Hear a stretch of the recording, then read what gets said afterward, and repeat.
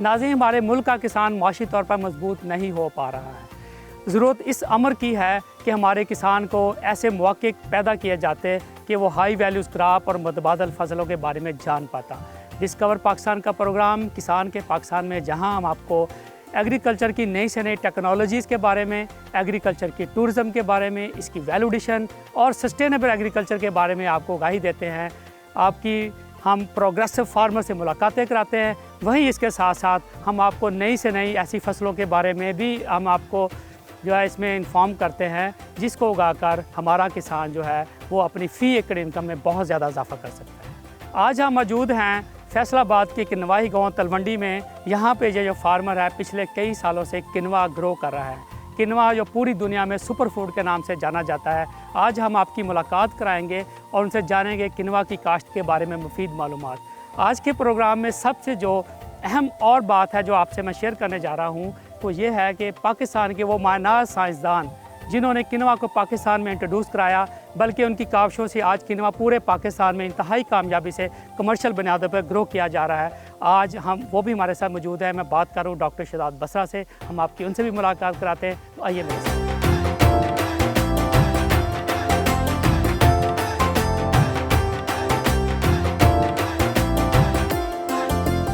अभी हम पहुंच गए हैं जी जेके फार्म के ऊपर। मेरे साथ मौजूद हैं मियां जवेद इनवार साहब जो ओनर हैं इस फार्म के। तो हम इनसे जानेंगे कि ये हमारे पाकिस्तान के बहुत मशहूर इंडस्ट्रियलिस्ट हैं, तो किस तरह ये इनकलाब आया कि ये इंडस्ट्री से जो है एग्रीकल्चर में आए और एग्रीकल्चर में भी आके इन्होंने वो ऐसा काम किया है जो कॉमन हमारे फार्मर जो वो नहीं कर पा रहे। आपने नई फसलों को इंट्रोड्यूस कराया, सुपर फूड्स के ऊपर काम किया और फार्म को ब्रांडिंग करके डायरेक्ट टू द कंज्यूमर आपने इसके ऊपर काम किया। तो मियाँ साहब बताइए इसके बारे में, ये क्या इनकलाब था, ये किस तरह आपको ख्याल आया एग्रीकल्चर के बारे में जो है सारा? बेसिकली तो मैं शुरू से आज 60 साल से एक्सपोर्ट कर रहा हूँ पूरी दुनिया में। हम कोई 71 ममालिक में एक्सपोर्ट कर रहे हैं और अल्हम्दुलिल्लाह कोई मेरी 30 अरब रुपए की एक्सपोर्ट है। बिल्कुल ठीक है। तो ये शौक़ ये था कि ग्रीनरी वैसे अच्छी लगती थी मुझे, तो ग्रीनरी अच्छी लगने की वजह से ये यहाँ पर जब ये मैंने रकबा ख़रीद लिया। कब लिया था ये, किस सन में? ये 1986 में ख़रीदा। सही। और उस वक्त यहाँ पर सिर्फ 2 दरख्त थे। ये जो किनवा आपने यहाँ पे शुरू किया, बाकी जो मुतबादल फसलें आपने शुरू की हैं, किनवा ये किस तरह फिर आपको ख्याल आया? किनवा तो प्रोफेसर डॉक्टर शहजाद बसरा साहब जो हमारे साथ, उन्होंने कहा, हमने कर दिया। और भी इसके बाद इन्होंने ये मिलेट्स जो हैं वो कहीं कि ये लबी लगाएं, कर रहे हैं, लगा रहे हैं। मियाँ साहब ये जेके फार्म जहाँ पे अभी हम मौजूद हैं, ये कितने एरिया पे मुश्तमिल है? ये यहाँ तो तकरीबन ये 200 एकड़ के करीब है। यानी 225 एकड़ का ये फार्म है। और किनवा कितने एकड़ पे आप लगाते हैं? तकरीबन 5-6 एकड़ पे था। किनवा जो है आप जितना भी प्रोड्यूस करते हैं मियाँ साहब, इसको आप कैसे बेचते कैसे हैं आप इसको? बस ये तो कॉमनली फसल नहीं पाकिस्तान की है। इसको मेरी बेटी जो है वो भी इसी फील्ड में है, मार्केटिंग सारी उसकी जिम्मे है। तो मार्केटिंग में आपका ब्रांड नेम जो है अभी हम जो है फ्रेश के नाम से जो है। जी जी जी। मियाँ जवेद इनवार साहब जो है ये और इनकी फैमिली और इनकी बेटी जो है, इन्होंने एक जो सबसे खूबसूरत काम इन्होंने फार्म प्रैक्टिस जो हमारे हर फार्मर को अडॉप्ट करना चाहिए। ये ना सिर्फ अपनी चीज़ें खुद ग्रो करते हैं बल्कि अपनी प्रोसेसिंग और अपनी इसको मार्केटिंग और अपने ब्रांड के साथ कंज्यूमर तक डायरेक्ट ये वहाँ पे बेचते हैं। हम आपको ब्रांड का भी अभी तारफ़ कराएंगे। अभी डॉक्टर साहब भी पहुँच गए हैं, इनसे भी आपकी मुलाकात कराते हैं। हम फील्ड में विज़िट करते हैं और जाके देखते हैं।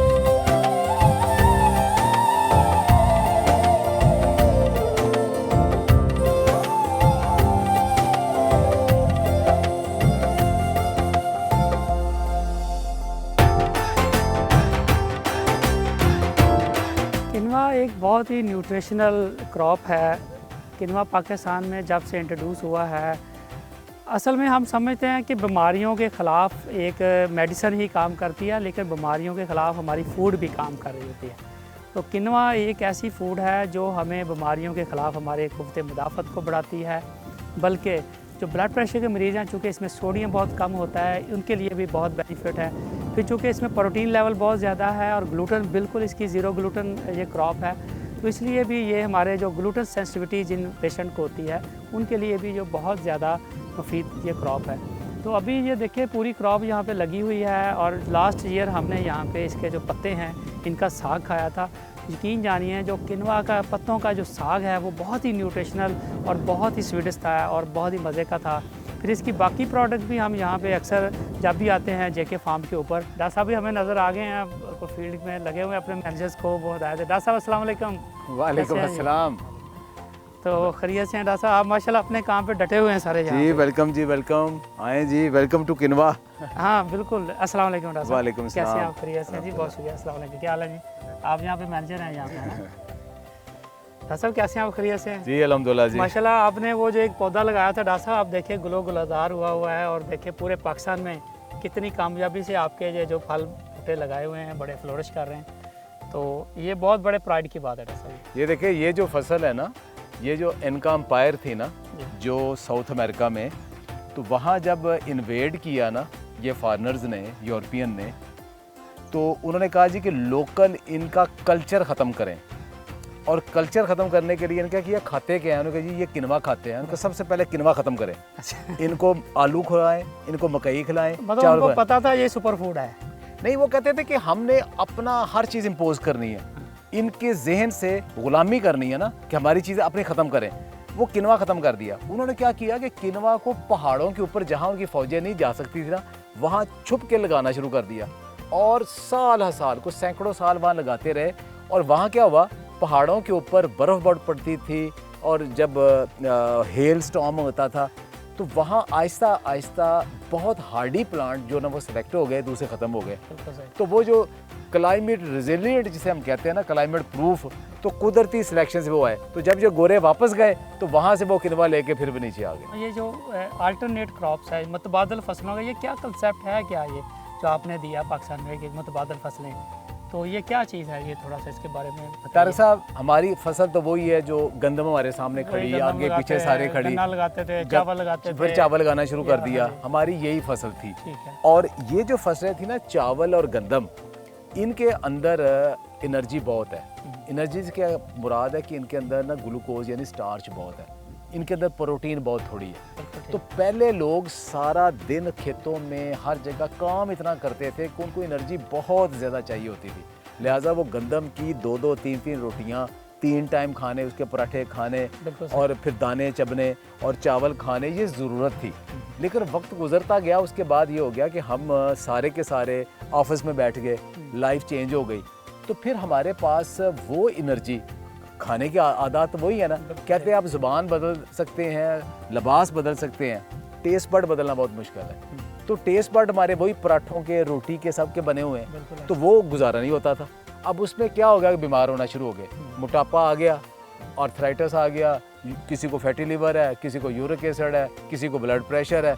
और दुनिया में हर बंदे को, अब पाकिस्तान की ये सूरत हाल है कि 50 के बाद अगर कोई मोटा नहीं है ना, तो कहते बड़ी गल है। और अगर 60 के बाद किसी को शुगर नहीं है, कहते आपको शुगर हुई ही नहीं अभी तक, आपको ब्लड प्रेशर नहीं। मतलब हैरत का जार किया हैरत है, पाकिस्तान में हर बंदा बीमार है, हर बंदा बीमार है। तो सारे बंदे बीमार है, दुनिया में ऐसा नहीं है। तो उसमें फिर ये कि ऐसी फूड खाएं जिसके अंदर एनर्जी यानी ग्लूकोज की शक्ल में कम हो, प्रोटीन ज़्यादा हो, कम्प्लेक्स कार्ब तो हो। ये मुतबादल फसलें थी। जी, ये वो मुतबादल फसलें हैं। और उन मुतबादल फसलों में जो भी चीज़ें आती है ना, उनमें एक बहुत बड़ा ग्रुप सुपर फूड्स का है। तो वो सुपर फूड्स के अंदर यही है कि प्रोटीन ज़्यादा है, बिल्कुल ठीक, कम्प्लेक्स कार्ब है, फाइबर है, और जो इजीली रेडिली अवेलेबल जो शुगर है वो उनके अंदर कम तो होती है। किनवा इसका मतलब एक अल्टरनेट क्रॉप के तौर पे आपने मुतारफ कराया एज ए सुपर फूड है। जी हाँ, देखिए सुपर फूड की सबसे पहली निशानी तो ये है कि उसके अंदर कंप्लीट प्रोटीन हो।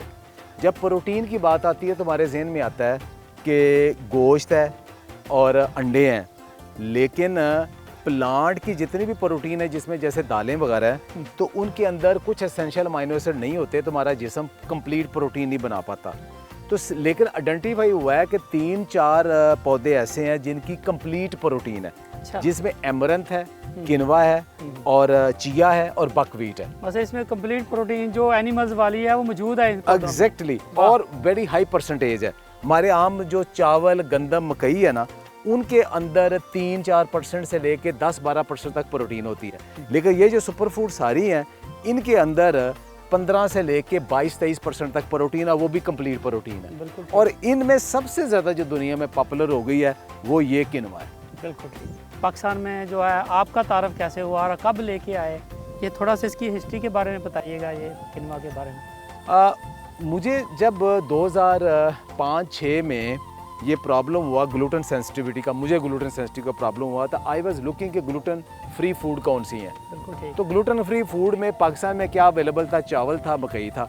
और चावल मकई के अंदर प्रोटीन नहीं है, न्यूट्रिशन भी कम है, तो उससे आपका विगर बहुत तेज़ी से लूज़ हो जाता है। तो आई वाज लुकिंग कि कौन सी बेहतर है। तो जब मैं university of California river side में था तो वहाँ मुझे पता चला कि ये किनवा भी एक फसल है, चिया भी फसल है, एमरत भी फसल है।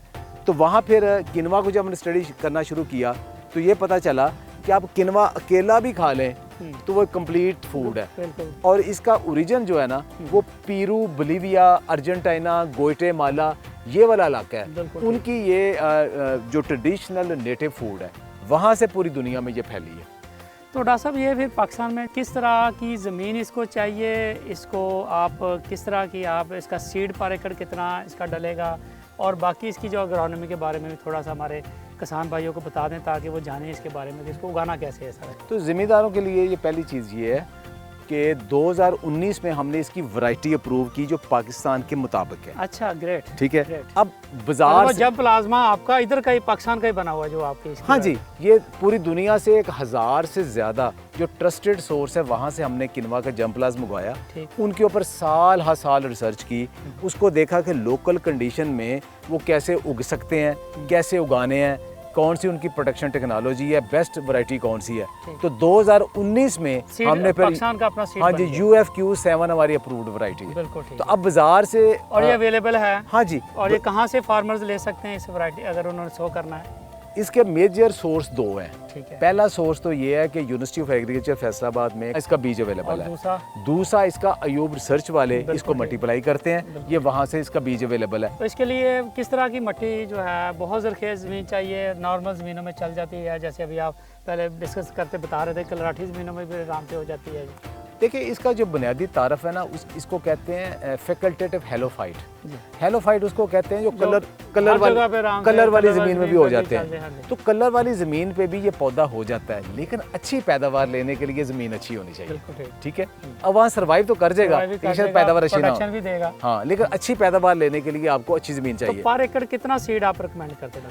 देखिए इसका जो प्रोडक्शन टेक्नोलॉजी है ना उसमें ये है कि 1 से लेके 2 किलो के दरमियान 1 एकड़ में आपको बीज चाहिए, और इसको आप छट्टा करके बाद में खेलियाँ निकाल सकते हैं या आप लाइनों में कर सकते हैं। अब इसकी ड्रिल भी मौजूद है जो कि 6-6 इंच के ऊपर सीड फेंकती है।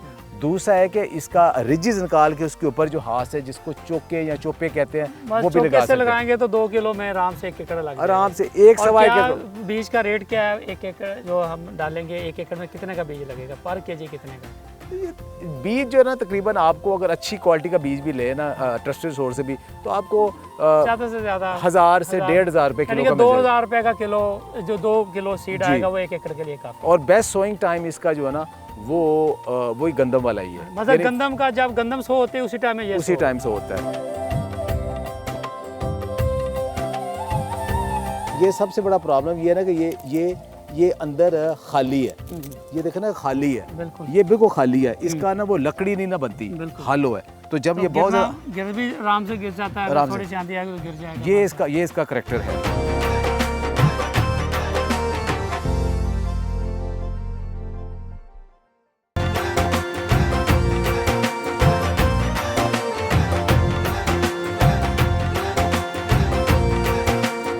तो डॉक्टर साहब बता रहे थे इसकी न्यूट्रिशन कितनी देनी है, इसको फर्टिलाइज़र कितनी देनी, पानी थोड़ा सा मुख्तसर कितने कीड़े हैं, क्या बीमारियाँ, थोड़ा सा हमारे नाज़रीन को बता दें इसके बारे में। देखिए जो इसको खाद हमने देनी है ना वो NPK यानी नाइट्रोजन, फास्फोरस और पोटाशियम 1 बोरी 1 एकड़ के लिए काफ़ी है। नाइट्रोजन को 2 हिस्सों में स्प्लिट कर दे, जिसे ज़िम्मेदार कहते हैं आधी थल्ले पा दो आधी उत्ते पा दो, बस वही है इसकी। मतलब गंदम से कम ज़रूरत है इनकी, गंदम से भी कम ज़रूरत है क्योंकि इसकी पैदावार गंदम से कम है, पौधा इसका कम है।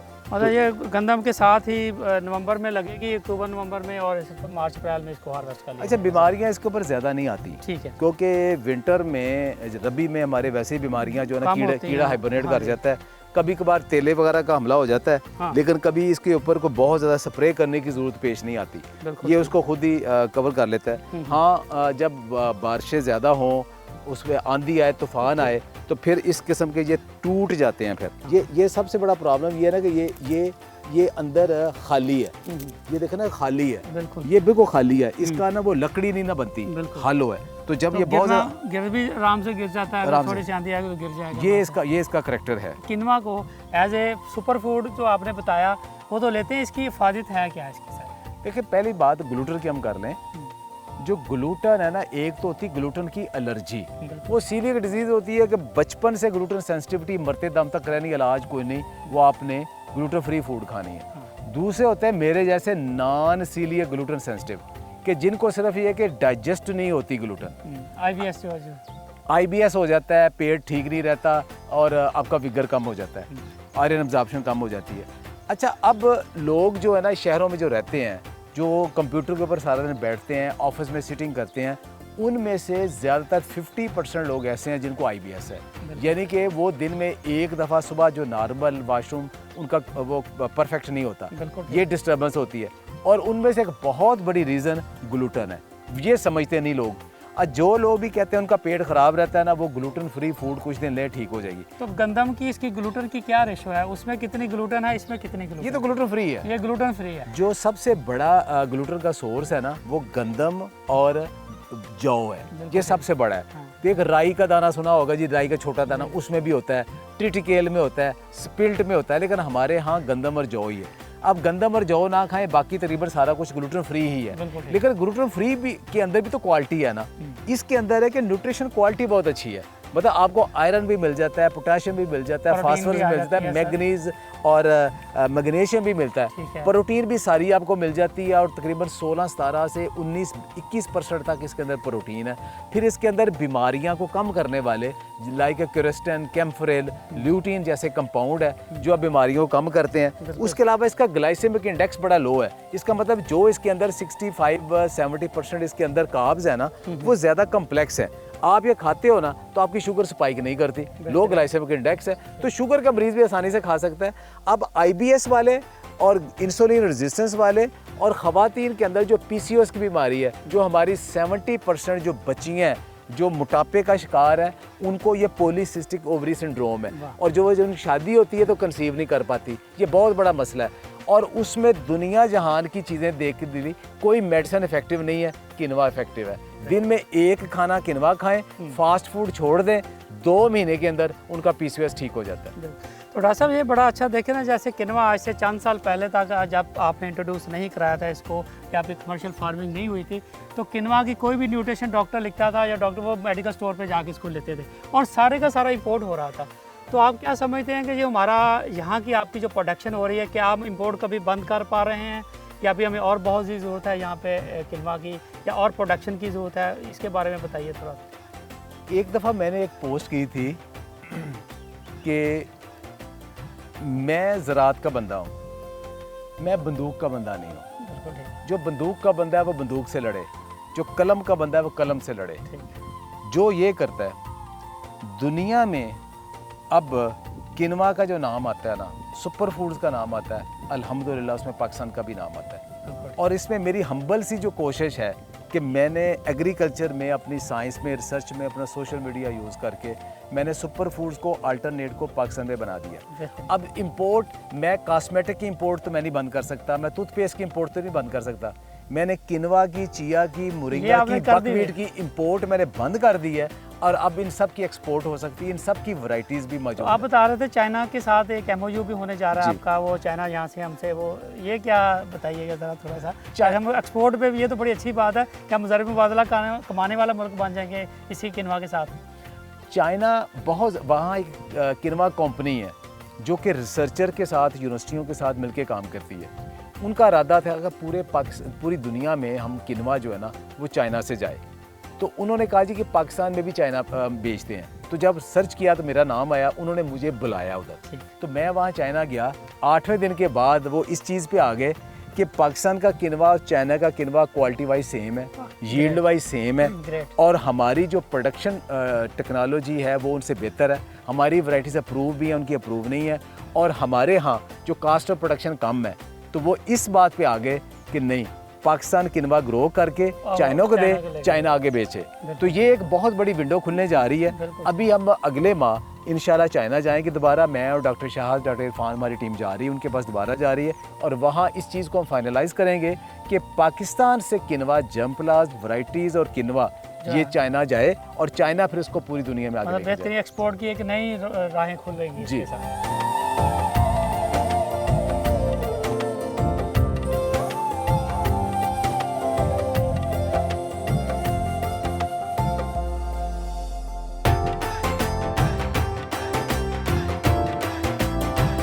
कौन सी प्रोडक्ट इसकी हम फूड आइटमें कैसे बना सकते हैं, कैसे खा सकते हैं, और बेस्ट तरीका क्या है इसके खाने का, ये ज़रा थोड़ा सा ना, तो ज़ाहिर बात है जब आपने वेट लूज़ करना है, आपने ग्लूटेन फ्री लेना है, एज ए सुपर फूड लेना है हेल्दी रहने के लिए, तो फिर खाया कैसे जाए इसको? इसका उर्दू नाम भी किनवा ही है, ठीक। इंग्लिश नाम भी किनवा ही है, और ये आम छोटी बड़ी दुकानों से नहीं मिलेगा, क्योंकि अभी इसकी प्रोडक्शन थोड़ी है। तो ये आपको ऑनलाइन या मिलेगा या आपको सुपर स्टोर से मिलेगा। अच्छा, दूसरी चीज़ ये है कि इसको खाना कैसे है। खाने के लिए आप ये देख लें कि आपके पास जो किनवा अवेलेबल है, जो मार्केट में अवेलेबल है, वो वाश्ड है या अनवाश्ड है। अच्छा, ये अक्सर लिखा होता है वाश्ड, वहाँ पे वाश्ड किनवा, तो इनमें क्या फ़र्क होता है दोनों में? क्या ऐसी चीज़ होती है जो वॉश करने में ज़रूरी होती है उसको? उसमें ये होता है कि किनवा के ऊपर ना कीड़े मकोड़े इसलिए नहीं आते कि इसके ऊपर एक कड़वी तय है सेपोनेन। सेपोना। सेपोनेन ये ठीक है। फ्लेवोनाइड्स है, इससे साबुन भी बनता है, शैम्पू भी बनते हैं, अच्छा। और बायोपेस्टिसाइड भी बनते हैं। लेकिन ये आप खा नहीं सकते, ये कड़वा भी होता है, थोड़ा कम कड़वा भी होता है, कुछ मीठे भी होते हैं। लेकिन जो हमारी वैरायटी है उसके ऊपर बड़ा कड़वा किस्म का होता है, ठीक। तो अगर ऐसे मुंह में डालेंगे तो कड़वा होगा। तो ये कड़वा होगा। अच्छा, पकाएंगे भी तो कड़वा होगा। जिन लोगों को नहीं पता वैसे पका बैठते हैं, वो कहते हैं ये तो दवाई है, इतनी कड़वी है। बिल्कुल ठीक। तो अगर वो वाश्ड है तो वो मार्केट में ये करते हैं कि पहले इसको धोते हैं बहुत अच्छे तरीके से, और फिर मार्केट करते हैं, उसको आप पका सकते हैं। दूसरा होता है अनवाश्ड, रॉ। आपने उसको करना है कि उसको खुले पानी में बॉयल करें, ठीक। तो उसके बाद पानी गिरा दें, फिर एक दफ़ा हल्का सा बॉयल करें, फिर पानी गिरा दें, उसके बाद चख के देखिए अगर उसके कड़वाहट ख़त्म हो गई है ना, वो ready तो to उसको eat फिर उसको फिर धूप लगवा के खुश करके रख लें, बिल्कुल। जितना भी आपके पास पड़ा है। या दूसरा तरीका है पैकेट बना के फ्रीज कर दें, वहाँ से निकाल लें। तो अब इसको खाना कैसे है, देखें, जैसे हम हमारे जिस खित्ते की जो खुराक होती है ना, उसकी हर चीज़ बनती है। अगर हम गंदम की देखना शुरू करें, गंदम कैसे कैसे खाते हैं, तो आपको समझ लगेगी कि हर बेकरी आइटम में गंदम है, 150 प्रोडक्ट बनती है इसकी, हर बिस्किट है, फूड में रस है, गंदम और है, हर हर चीज़ में गंदम है। तो जिन लोगों के चावल है उनकी हर चीज़ चावल है, जिनकी मकई हर चीज़ मकई है। तो इसी तरह पीरू बोलीविया में हर चीज़ जो है ना वो किनवा की है। तो किनवा को एज सच जैसे हम कैसे खा सकते हैं आसानी के जरिए, पहला तो ये तरीका है कि आप सैलड उसके अंदर बॉइल्ड किनवा डाल लें, वो रेडी फूड है, सबसे क्विकेस्ट रेडी पेट भी भरेगा और प्रोटीन भी आएगी और ग्लूटेन फ्री ग्रेन। कोई ऑयल नहीं यूज़ किया, आपको मसाले नहीं यूज़ किए, आपको बहुत हेल्दी डिश जो है ना वो किनवा सैलड है। दुनिया भर पे जो 5 स्टार होटल है वहाँ किनवा सैलड ऐसे ही सर्व होता है। दूसरी चीज़ ये है कि जैसे आप चावल पकाते हैं, जैसे पुलाव, बिरयानी, उबले चावल, खीर, जितनी चावल की डिशें बनाते हैं वैसे बनाते हैं। फिर अब ये ट्रेंड आ गया, चूंकि और इसका पुलाव बन सकता है, इसका बाकी चीज़ें उसी तरह ये बना उसी तरह। अच्छा, फिर इसका ये है कि आप रेशो रख लें 70% या 30% की रेशो चावल की किनवा की, या 50-50%, कि आपको टेस्ट सारा वो बासमती चावल का आएगा, न्यूट्रिशन वैल्यू सारी इसकी मिल जाएगी। तो एक ये चलता है। अच्छा, चूंकि हमारा रोटी के बगैर गुजारा नहीं, जब तक हम रोटी ना खा लें तो हमारी तसल्ली नहीं होती, तो इसलिए अब जो मल्टी ग्रेन रोटी बन रही है, जैसे विरसा की मल्टी ग्रेन आटा है, तो उसके अंदर भी किनवा है। फिर खाली ये जो लो शुगर आटा बन रहा है उसके अंदर भी किनवा है।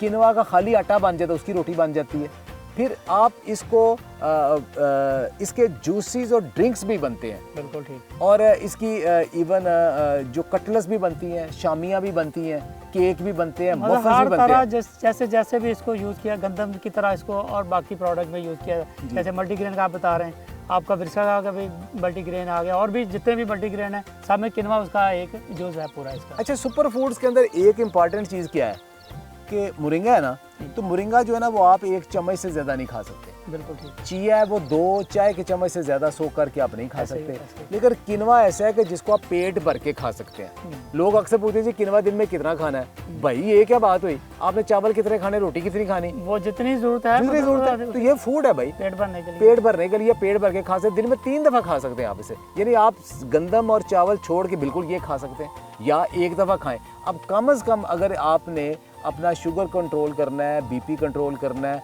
पीसीओएस जो लड़कियों की बीमारी है और आईबीएस को कंट्रोल करना है, तो दिन में एक खाना ज़रूर आपका किनवा का होना चाहिए, जिसमें कम से कम इसके कहते हैं जी कि 4 बड़े चम्मच जो है ना वो बॉयल करें, वो 9 से 10 चम्मच बन जाते हैं। तो लड़कियों के लिए वो काफ़ी होता है। मर्द 7-8 चम्मच कर लें, वो बॉयल करके वो 14-15 चम्मच बन जाएंगे। वो कम से कम इतना मील तो हो। वैसे इसमें एक और बात बड़ी इंपॉर्टेंट है कि अभी ये जैसे तो समझ आई कि जो खाने की इसकी डिशेस कौन कौन सी बनेगी और किस तरह होगा। अब जब फार्मर हमारा इसको उगा लेगा तो इसको मार्केट करने में आप देखिए, जब कोई नई फसल आती है तो आप मंडी में लेके जाएंगे तो वो कहेंगे भी ये क्या उठा के लेके आ गए। तो इसके बारे में थोड़ा बताइए कि कौन सा ऐसा तरीका है जिससे हमारा फार्मर जो है जिस प्रैक्टिस को यूज़ करते हुए अपनी बेहतर इसकी प्राइस ले सकता है या उसको मार्केट में बेच सकता है इसको। देखिए जो गैर रवायती फसलें हैं वो गैर रवायती तरीके से उगाई जाती हैं, गैर रवायती तरीके से ही खाई जाती हैं, गैर रवायती तरीके से ही बेची जाती हैं। बिल्कुल ठीक। ये हमारी मंडी की तो है। मतलब फसल भी गैर रवायती है तो बेचने में भी वही इसका बिहेवियर होगा। इसको आप ये नहीं कर सकते कि आपकी हो गई है तो अब आप इसको मंडी में ले जाए, मंडी में इसको कोई पूछेगा भी नहीं। इसके लिए 2 काम है।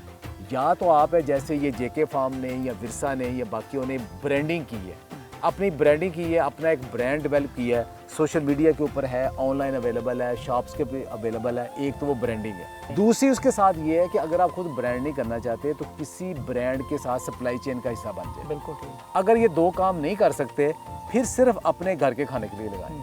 अब आखिरी अब ऐसा है कि जब हम इसको ग्रो कर लेते हैं, हार्वेस्ट भी हो रही है, अभी आप देखें मशीनें जहाँ पे जो है ना आपने बताई, उसमें किस तरह ऐसा तरीका है कि जिससे इसको हम जो है थ्रेशिंग करेंगे, क्या कोई इसमें चेंजिंग होती है या कि कोई नई इंस्ट्रूमेंट बनाना पड़ेगा, किस तरह आप इसको जो है ना थ्रेशिंग कर रहे हैं सर? देखिए प्रोडक्शन टेक्नोलॉजी में एक चीज़ जो मिस हो रही है ना वो ये है कि वीड्स, चूँकि ये बाथू की फैमिली का है, बहुत सारे जो गाँव के साइड के लोग हैं ना वो इसके पत्ते उतार के, पौधे उतार के छोटे के ना वो साग के तौर पे, बाथू के तौर पे भी ले जाते हैं कि ये शायद बाथू है, जैसे ये बाथू है तो वो ले जाते हैं। लेकिन जब ये बड़ा होता है तो फिर इसका पेनिकल बड़ा होता जाता है। ये देखो ना, ये दोनों का फ़र्क है, बड़ा होता जाता है। अब चूँकि ये फैमिली वो है चलाई बाथू करोंडो वाली सारी, तो इसके ऊपर कोई वीडिसाइड स्प्रे नहीं कर सकते। वीडिसाइड स्प्रे नहीं करते, इसके ऊपर एडिशनल एफर्ट ये करना पड़ती है कि आपको वीडिंग खुद करना पड़ती है। अच्छा, हाथ से ही इसको हाथ से ही करना पड़ेगा, हाथ से करना पड़ेगा। लेकिन आगे थ्रेशिंग में तो फिर वो मशीन हम आप पहले ये था कि सिर्फ इसको लेके तो वो मैनुअली जैसे तिल छड़ते थे, इस तरह छड़ा जाता था और मैनुअली करते थे। फिर लोगों ने कहा नहीं जी हमारे पास अब लेबर नहीं है तो क्या करें। फिर ये किया गया कि जो गंदम वाला थ्रेशर है ना, वीट थ्रेशर, उसी के अंदर ट्राई की गई थी, लेकिन उसका सुराख बहुत बड़ा था। लेकिन वो जब हमने बात की इंजीनियर से तो उन्होंने कहा कोई मसला नहीं, यही यूज़ कर लें। तो जैसे हम तिलों का भी यूज़ करते हैं, बाकी कैनोला के लिए भी यूज़ करते हैं, इसकी जाली थोड़ी बारीक कर लेते हैं और वही वीट थ्रेशर चलते हैं, वो दिखाते हैं थ्रेशर भी जी। हाँ जी, और साथ में फिर ब्रांडिंग का भी इनको दिखाते हैं जी। बिस्मिल्लाह को यहाँ पे सारा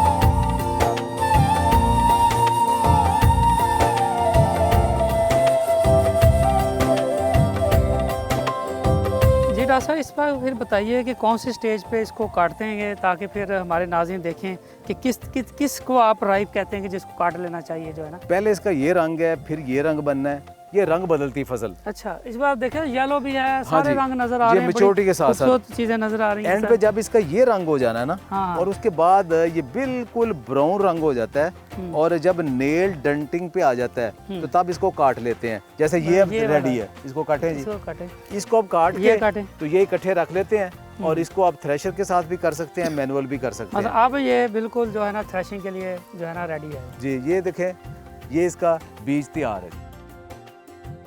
तो ये नेल डंटिंग पोजीशन होती है कि अगर आप नाखून से दबाएं और ये नाखून उसके अंदर ना जाए तो सख्त हो गया तो ये इसका ये टेस्टिंग है इसकी, ये टेस्टिंग है कि आप इसको काट सकते हैं। बिल्कुल ठीक। तो अभी बात ये इस तरह है कि इसको आगे फिर इसकी थ्रेशिंग है।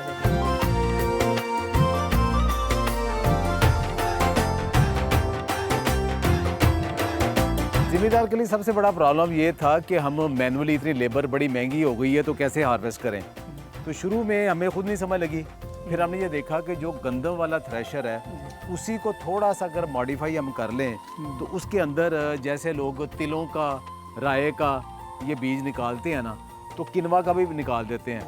तो कैसे निकालते हैं जी आप इसमें? सर इसमें चादर लगी हुई है, इसी से ही हम किनवा भी निकालते हैं, गंदम भी निकालते हैं, कनोला भी निकालते हैं। तो किनवा ज़्यादा छानने को बंद कर दिया, नीचे निकलता ना जाएगा। किनवा ज़ाया तो नहीं होता इसमें? नहीं सर। इसमें दिखाइए कौन सा आपने जो जिम्मेदारों को, बेसिकली मैं चाह रहा हूँ कि हमारे जिम्मेदार इसको देखें कि आम ये गंदम वाली थ्रेशर ही है, लेकिन उसी थ्रेशर में आपने इसे एक आपने इजाफी एक चीज़ लगाई है। ये वो जो इजाफी चीज़ लगाई है वो आप दिखाएं कि ये वाला एक है इसका। ये अंदर ये नहीं, हाँ, मतलब किनवा इसके ऊपर गिरता है और पीछे जो है ना फिर इसके जो प्रणाली के बाहर निकल जाता है। देखिए गंदम का दाना होता है मोटा, अगर इसको ये मॉडिफाई ना करेगा तो वो बहुत ज़्यादा किनवा और बाकी ज़ाया हो जाएगा। उसके लिए हम जाली को थोड़ा मॉडिफाई करना पड़ता है। वो थोड़ी सी मॉडिफिकेशन है जो आम वेंडर जो है ना वो कर देता है, और आपके पास जो भी थ्रेशर है उसी को थ्रेशर को आप ज़िम्मेदार जो है ना किनवा के लिए कर सकते हैं।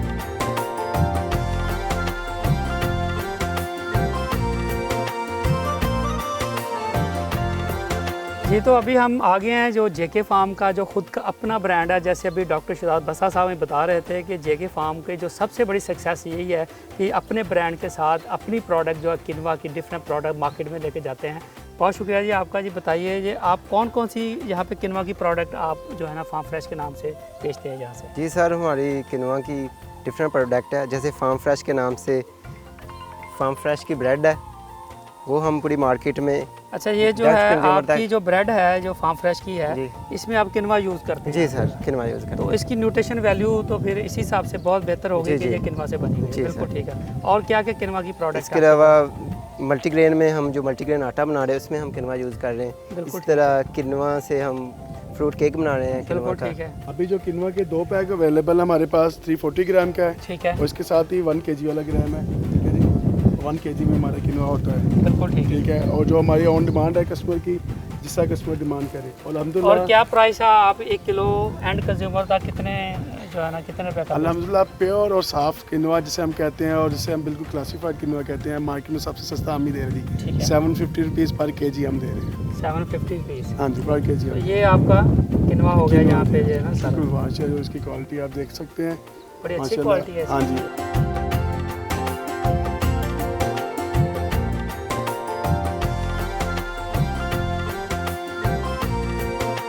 किनवा एक ऐसा सुपर फूड है जिसको हम पाकिस्तान में अपनी कलराठी और कम ज़रख़ेज़ ज़मीनों में भी बहुत कामयाबी से उगा सकते हैं।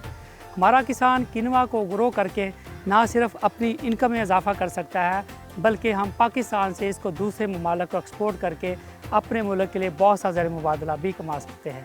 उम्मीद है कि हमारा आज का प्रोग्राम आपको पसंद आया होगा।